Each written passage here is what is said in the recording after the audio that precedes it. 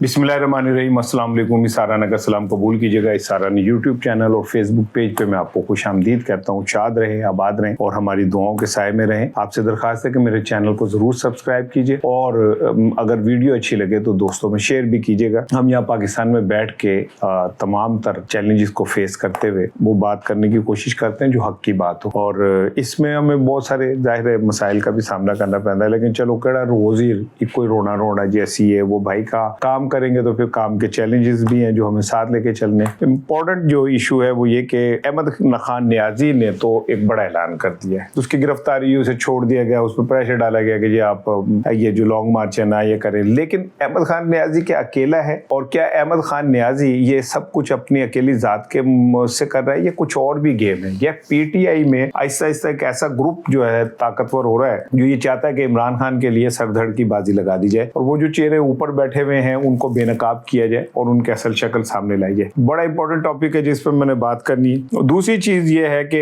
पाकिस्तान के अंदर जो मईशत है वो तो रोज तबाहाल होती जा रही है। उसका एक छोटा सा जायजा लूंगा, आपके रोंगटे खड़े हो जाएंगे कि पाकिस्तान किस तबाही के दहाने पे खड़ा है। पूरी दुनिया में हम ये शोर मचा रहे हैं, हम बहुत बड़े वो हैं मेडिएटर हैं और हम बड़े ये हैं और वो हैं, लेकिन अंदर साढ़े अपने जो कुछ हो रहा है वो कोई सोच ही नहीं सकता। तीसरी बड़ी जो इम्पोर्टेंट चीज़ है वो है खलीज की। खलीज में मैं बार बार आपको कह रहा हूँ कि ये मुमकिन नहीं है कि मामला बहुत आराम से सुलह सफाई के साथ हल हो जाए। ये जंग होनी है, ये जंग होनी है, ये जंग होनी है। उसके बाद हो सकता है कि जंगबंदी तवील हो जाए। जंगबंदी तवील होगी, इसमें भी कोई शक नहीं है, क्योंकि अमेरिका और ईरान अंदर खाते उनके आपस में राब्ते भैया हैं। पाकिस्तान इन दोनों के दरमियान ब्रिज है। उधर की गल सुन के फिर उन्होंने कहता है, उधर की गल सुन के इन्होंने कहता है, पाकिस्तान ब्रिज है। यही वजह आपने देखा होगा कि जो वो अमेरिका ने ईरान का एक बहरी जहाज जो था वो पकड़ा था, तबाह भी हो गया था, 22 बंदे भी उसमें थे, वो उसने वापस किया पाकिस्तान के थ्रू। तो एतमाद साजी जो है वो तो आहिस्ता आहिस्ता हो रही है। अमेरिकन तो ये भी कहते हैं कि हमारी 2 शिप्स जो हैं अपने हरमत से भी गुजरी हैं और ईरान ने जाने दिया। पासदारान इनकलाब जो हैं वो उसको इनकार करते रहे। लेकिन गुज़िश्ता रोज़ परसों ईरान के अंदर 3 जो है गद्दारों को फांसी दी गई है। ये बड़े इम्पोर्टेंट थे जिनका ताल्लुक बराह रास्त उनके एजेंसियों से भी था और जिम्मेदारों से भी था। तो उससे आप समझ लें कि ईरान अपनी मंजी थले भी डांग फेर रहे हैं नाल। वो एक लंबी जंग, वो अभी उसने कहा कि मैंने असल गेम तो अभी शुरू ही नहीं की, पिक्चर तो अभी बाकी है मेरे दोस्त। और खलीज में आने वाले दिनों में, चंद दिनों में आप देखिएगा कि बहुत बड़ी बड़ी डेवलपमेंट आपके सामने आएंगी, जो ऐसी डेवलपमेंट जो हम शायद मैं फोर्सी करता हूँ, मैं आपको कहता भी हूँ। और तुझे भी जाहिर है, मैं तो ये तो नहीं कहता कि भाई आप क्या कहते हैं कोई अमी है, आप भी माशाल्लाह बड़े हैं। आज उनका वजीर ख़ारजा चीन जा रहा है। जब आप मेरा वीलॉग देख रहे होंगे वो चीन पहुँच गया होगा। और चीन क्या ड्यूल गेम खेल रहा है, वो एक तरफ अमेरिका से मुकम्मल बिगाड़ भी नहीं रहा, दूसरी तरफ वो ईरान को खामोशी से सपोर्ट भी कर रहा है।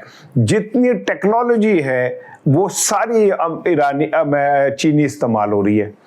ये अमेरिका को कोई पता, लेकिन अमेरिका डायरेक्ट उससे पंगा लेना नहीं चाह रहा। अब ट्रंप के साथ जो मुलाकात होनी है शी जिनपिंग की, उसमें ये फैसला हो जाएगा कि ये जंग मुक्का अब हमेशा के लिए खत्म करनी है या चलते रहने देनी है।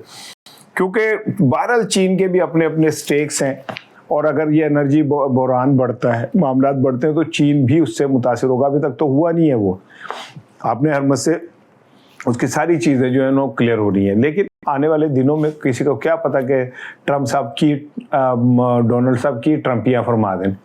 वो इस पे मैं आपको अपडेट करता रहूँगा। लेकिन आज मंगल थी और इमरान खान की बहनों ने अपील की थी पीटीआई की क़यादत को, पीटीआई की लीडरशिप को, पीटीआई के एमएनएस को, पीटीआई के टिकट होल्डर्स को, पीटीआई के तमाम जो डिविजनल और मुकामी ओहदेदारान हैं उनको कि आप अडयाला पहुँचे।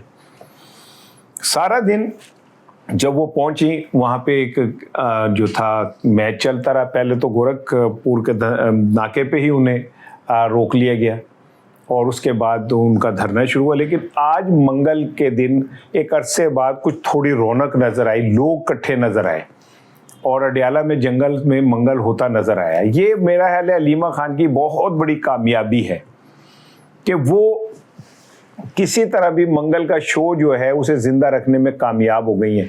और अब वो पीटीआई के लोग भी पहुंचे, सलमान अकरम राजा पहुंचे हैं, इंतजार पंजोथा पहुंचे हैं, कुछ एमएनएस भी पहुंचे हैं, यानी शर्मो शर्मी लोगों ने आना भी शुरू किया है और मंगल का जो शो है वो बेहतर होना शुरू हुए। वो अब जो अलीमा खानम और उनके इर्द गिर्द लोग हैं उनका एक ही फैसला है कि जी अब मंगल जो है ना इस पे फोकस करना है, मंगल और सिर्फ मंगल के ऊपर फोकस करना है। उन्हें एक बात समझ आ गई कि पीटीआई की जो लीडरशिप है वो एक जोगी नहीं की कि वो बाहर निकल सकें, को मुजाहरे कर सकें, वो इस तरह का कुछ कर सकें। इसके आप जरा समझें, केपी में अहमद खान न्याजी साहब हैं, उन्होंने एक तहरीक चलाने का ऐलान किया। उन्होंने कहा जी मैं लॉन्ग मार्च करूंगा, 8 को उन्होंने ऐलान कर दिया। अब जब 8 को ऐलान हो गया तो अगर उनके साथ लोग नहीं है तो परेशानी की क्या बात है, और अगर लोग हैं तो फिर खुश हैरानगी की बात है कि वहां पे सुहेल आफरीदी सीएम हैं और केपी में पीटीआई की हुकूमत है। लेकिन इसके बावजूद भी अगर अहमद खान न्याजी को रोका जा रहा है तो फिर कोई ना कोई तो बात है। अहमद खान न्याजी ने जो नया बयान दिया है वो कहता है कि जनाब मैं हल्फ उठाता हूँ कि जब तक मैं जिंदा हूं मैं इमरान खान की रिहाई के लिए स्ट्रगल करता रहूंगा। हल्फ तो खैर सीएम केपी ने भी उठाया था, हल्फ तक ये पाकिस्तान में हल्फ की क्या वो होती है।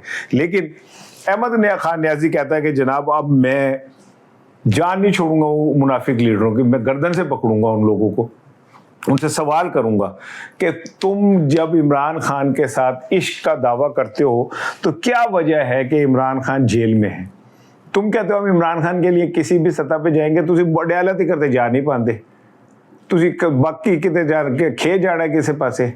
सो अहमद खान न्याजी ने जो बगावत बुलंद की है, अब इसके पीछे मैं आपको बताऊं, कहा यह जा रहा है कि केपी में जो रवायती लीडरशिप है और जो पुराने पीटीआई के लीडर हैं वो सुहेल आफरीदी से खुश नहीं है। वो ये समझते हैं कि सुहेल आफरीदी एक तो सोलो फ्लाइट कर रहे हैं, अपने सीनियर्स को साथ लेके नहीं चल रहा। दूसरा सोलो उनका कहना यह है कि एक हम तो ऐसी भी कर रहे सा कि हमारे इस्टेब्लिशमेंट से भी ताल्लुकात थे, हमारे जनाब वफाकी हुकूमत से भी ताल्लुकात थे और हम पीटीआई के लीडर भी थे, तो एने आगे की कीता। वो उनका कहना है कि इससे अच्छा तो गंडापुर था, वो हफ्ते बाद कोई एक बड़क तो मारता था, वो इस्टेब्लिशमेंट का नाम लेके कोई तीर तो फेंकता था, भावें शाम ਨੂੰ जाके उन्होंने कोल बह के चाह पींदा सी, उन्होंने दी चापी करता सी, लेकिन करता तो था। लेकिन सुहेल आफरीदी को तो ऐसा लगता है जैसे किसी ने डरा दिया, सहमा हुआ बच्चा नहीं होता जैसे, उस तरह की उसकी सिचुएशन हुई है। और उन लीडरशिप का कहना है कि सुहेल आफरीदी के आने के बाद पीटीआई का ग्राफ गिरा है केपी में, क्योंकि गवर्नेंस के मसाइल तो चल ही रहे हैं, वो तो खड़े ही हैं, वहां पे करप्शन की आवाजें भी बुलंद होना शुरू हो गई हैं। और देखिए मेरी एक बात समझे जी, मैं क्या हूँ, लोग बाज़ औक़ात ये समझते हैं कि मैं हाँ या मेरे जैसे लोग जब हम बात करते हैं इमरान खान की तो क्या शायद ऐसा लगता है कि हमको पीटीआई का को मतलब हिस्सा ही बन गए। कई लोग तो मुझे कहते हैं ना, जैसे एनालिस्ट बहुत सारे लोग जो हैं वो जब गुस्से में आते हैं तो कहते हैं कि सारा ना तो ऐसा लगता है पीटीआई का कोई जिम्मेदार है या अहदेदार है। तो भाईजान मैं साफ बता रहा हूँ, मैं तो इमरान खान की स्ट्रगल के साथ खड़ा हूँ और इसलिए खड़ा हूँ कि इमरान खान 24 करोड़ लोगों के जमहूरी हकूक के लिए खड़ा है। वो शख्स पाकिस्तान में जमहूरियत की बका और पाकिस्तान को एक ऐसे पाकिस्तान बनाने की ख्वाहिश रखता है जिसमें अमीर गरीब, अमीर हो, गरीब ही हो, लेकिन इज्जत नफ्स सबकी बराबर हो। जहाँ पे ये जो लूट मार का निज़ाम है, जहाँ पे डाकू लुटेरे चोर जो हैं वो डकैतियाँ भी करते हैं, चोरियाँ भी करते हैं और इसके बाद वो नेक और पारसा भी कहलाते हैं। मिसाल के तौर पे मैं एक आपको मिसाल देता हूँ कि पाकिस्तान के सबसे बड़े एक अहदेदार, हुकूमती अहदेदार, उनके खिलाफ 16 अरब रुपए की मनी लॉन्ड्रिंग का केस था। फर्द जुर्म आयद होनी थी, लेकिन ऐन मौके के ऊपर बताया गया कि जी फर्द जुर्म जो है वो अभी नहीं पढ़ी जा सकती, क्योंकि जो जज साहब थे उन्होंने कहा कि ये तो मुझसे पढ़ी नहीं जा रही। और उसके बाद वो उन्होंने कहा जी अगली तारीख होगी। अगली तारीख को उन्हें बताया गया कि सर वो मुलजिम जो है वजीर आज़म बन गया, तो आप हमें वो आप सलाम करें, उन्होंने कहा जी साਡਾ सलाम है। दूसरी तरफ अदालतों का रवैया देखें, मैं जरा कुछ मिसालें देना चाह रहा हूँ। इंसदाद दहशतगर्दी की अदालत में एक दरख्वास्त आई कि जी हमने इमरान खान से मिलना है, हमारा हक है, जमहूरी हक है, हम किसी भी दुनिया के जेल में किसी भी कैदी से मिल सकते हैं। इंसदाद दहशतगर्दी की अदालत के जज साहब ने ना सिर्फ दरख्वास्त मुस्तरद कर दी, बल्कि दरख्वास्त देने वाली खातून को मेरा ख्याल 10,000 रुपये जुर्माना भी कर दिया। आप इससे अंदाज़ा कर लें कि पाकिस्तान की अदालतों से इंसाफ की तवक्को कैसे की जा सकती है। तो ये सारी जो लड़ाई अहमद खान नियाजी कर रहा है, इसके पीछे पीटीआई की एक बड़ी ताकत मौजूद है और सबसे बड़ी बात, नाराज वर्कर मौजूद हैं। आज बैरिस्टर गौहर के घर के बाहर मुजाहरा हुआ है बड़ा शदीद, लोगों ने बस जो कह सकते थे वो कहा है, बस ये रह गया था कि दरवाज़ा तो टूट जाए और जनाब अली हो, क्योंकि किसी जगह पे भी आप पीटीआई की लीडरशिप को ये नहीं देखेंगे कि वो यकसू होकर कोई फैसला कर रही है। आज़ाद कश्मीर इलेक्शन के अंदर पीटीआई की बहुत पोजीशन मजबूत है, जिस तरह 8 फरवरी के इलेक्शन में थी, लेकिन पीटीआई की क़यादत के ऊपर इल्ज़ाम ये लग रहा है कि वो टिकटों की तकसीम के अंदर बेईमानी करी। यहाँ तक कहा जा रहा है कि पैसे लिए जाने टिकटों के लिए। इससे आप अंदाज़ा कर ले कि पीटीआई की जो ऊपर लीडरशिप बैठी हुई है, वो तो इनू सारी गेम ਨੂੰ समझिए कि मैं कैसी दिहाड़ियाँ ला रहे हैं, कोई हम तो दिहाड़ीबाज लोग हैं। दूसरी जानिब अलीमा खानम जो है वो कह के थक गई, भाई कितने हो तुसी, हम तुम्हें आवाज़ें दे रहे हैं कि इधर आओ, इमरान खान के लिए मंगल को आओ, क्या आप बताएं, गोरख नाका हो या गोरख धंधा हो, अगर पीटीआई 10 से 15 हज़ार अफराद इकट्ठे कर ले तो कितना बड़ा शो हो जाएगा, आपने कभी सोचा है? तमाम चैनल, तमाम अखबारात मजबूर हो जाएंगे।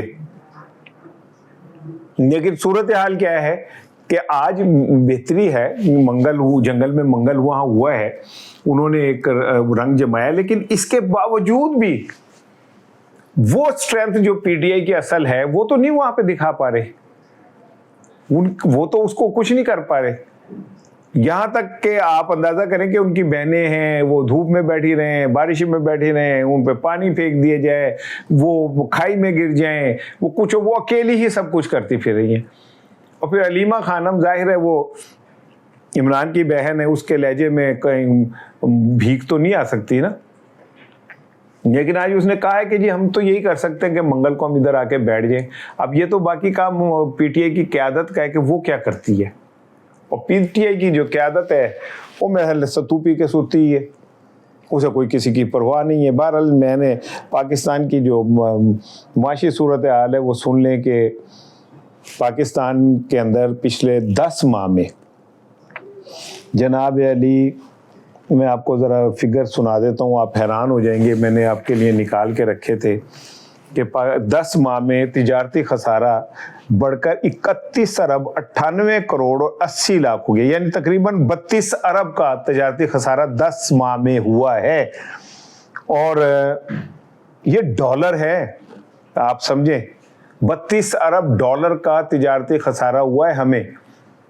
वो कौम जो 1.5 अरब डॉलर के लिए IMF के पांव पकड़ के बैठी हुई है। इमरान खान के दौर में आपको याद होगा, मेरे ख्याल काबीना ने ये फैसला किया था कि जो लेवी है वो ख़ास हद से ज़्यादा नहीं लगाई जाएगी, मेरे ख्याल 50 रुपये या 60 रुपये थी। इस वक्त लेवी 200 रुपये के ऊपर है, यानी पेट्रोल अगर फ़र्ज़ करें महंगा लेने के बावजूद भी अगर इस वक्त तो हमें वो महंगा पेट्रोल मिले तो वो 200 सवा 200 का मिलेगा, लेकिन उस पर जो 200 रुपए की लेवी लगाई हुई हुकूमत, और ये लेवी कहाँ जाती है, किसके खाते जाती है, किसके इस्तेमाल में जाती है, कोई पता नहीं है, लेकिन हुकूमत ने लगा दी है। और अभी जुम्मे को मैं आपको इतला पहले दे रहा हूं कि 60 से 70 रुपए मजीद इजाफे का इम्कान है। अभी यही ठहरे अभी जो मई के बिजली के बिल आने, उसको देख के आपकी चीखें निकलेंगी। वो एक किसी रेजर का इश्तहार चलता था कि पहला ब्लेड करता है चून, दूसरा करता है चन, तीसरा करता है चा। अभी मई का आया तो आप करेंगे चून, जुलाई का आएगा तो आप करेंगे चा, और फिर जून का आएगा आप करेंगे चा, और जब जुलाई आएगा आप करेंगे चा। खल ला देनी है ताड़ी इन्होंने। और आप वैसे आई एम सॉरी, माइंड ना कीजिएगा, गुस्सा ना कीजिएगा, जो तो से गुस्सा ना करो, अपने आप को शामिल करके कह रहा हूँ, आपको भी और आपको भी, हम डिजर्व करते। साढ़े ना लें जी, छितर पोला होना चाहिए था। हम कौम है ही नहीं वैसे तो, खैर अदरवाइज जितना जुल्म हमारे साथ हो रहा है यार, को हद होती है हर चीज की, और हम पूरी कौम ऐसे चुप करके बैठे हुए हैं, जैसे किसी बच्चे को हॉरर फिल्म दिखा दे ना तो खौफ का शिकार हो जाता है। बहुत शुक्रिया जी, कल इंशाल्लाह सुबह बात होगी।